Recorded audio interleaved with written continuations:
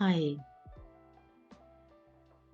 many times I have talked about resilience in my earlier videos, and it is a broad set of capacities and skills and abilities that give people a sense of mastery and management of difficulty. So, building resilience basically involves three steps: evaluate, manage, and strengthen.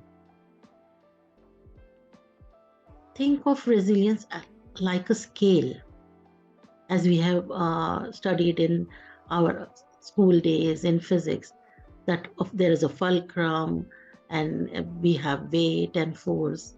So think of resilience as a scale with a fulcrum in the middle. Things pile up on both sides of the scale. Our experiences of bad things and of good things. The point where the scale balances is called the fulcrum. Do you remember that?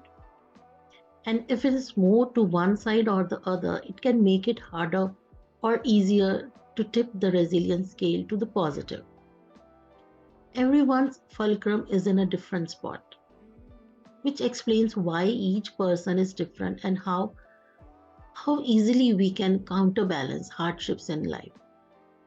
The good news is that the fulcrum can be moved by developing a toolkit of skills you can use to adapt and find solutions. Our genes affect where the fulcrum is positioned at the beginning. Some of us are inherently more or less sensitive to stress, and so the fulcrum might start out closer to one end of the scale than the other. Three ways we can affect experiences and the balance of the resilience scale is: unload the negative side. We can lighten the load of negative side of resilience scale by reducing sources of stress for families and new ones. Then we can load up the positive side. We can add to the positive side of the resilience scale by piling on positive experiences, especially through responsive relationships. One thing that most of us who develop resilience have in common is a stable, committed relationship with, with supportive families, caregivers, and our partners. Everyone needs supportive relationships. Then third way is to move the fulcrum. We can make it easier for a scale to tip towards positive outcomes by strengthening core skills. All of us need executive functions and self-regulation skills to manage daily life. But stress makes it more difficult to use the skills we have. Different interventions work by putting weight or the positive experiences on the positive side, or taking it off, reducing the risk factors on the negative side of the scale. There are many communities, programs, and policies that can be deployed to enhance resilient outcomes in the society.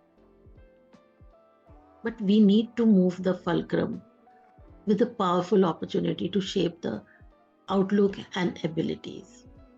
When positive experiences accumulate, we gradually gain the adaptive skills that help to manage stress and the fulcrum slides. And when that happens, the scale tilts more easily towards the positive outcomes, counterbalancing adversity now and in future. So resilience is the result of combination of productive and protective factors. Neither individual characteristics nor social environments alone are likely to ensure positive outcomes for those who experience prolonged periods of toxic stress. It is the interaction between biology and environment that builds our ability to cope up with adversity and overcome threats to healthy development. When these positive influences are operating effectively, they stack the scale with positive weight and optimize resilience across multiple contexts.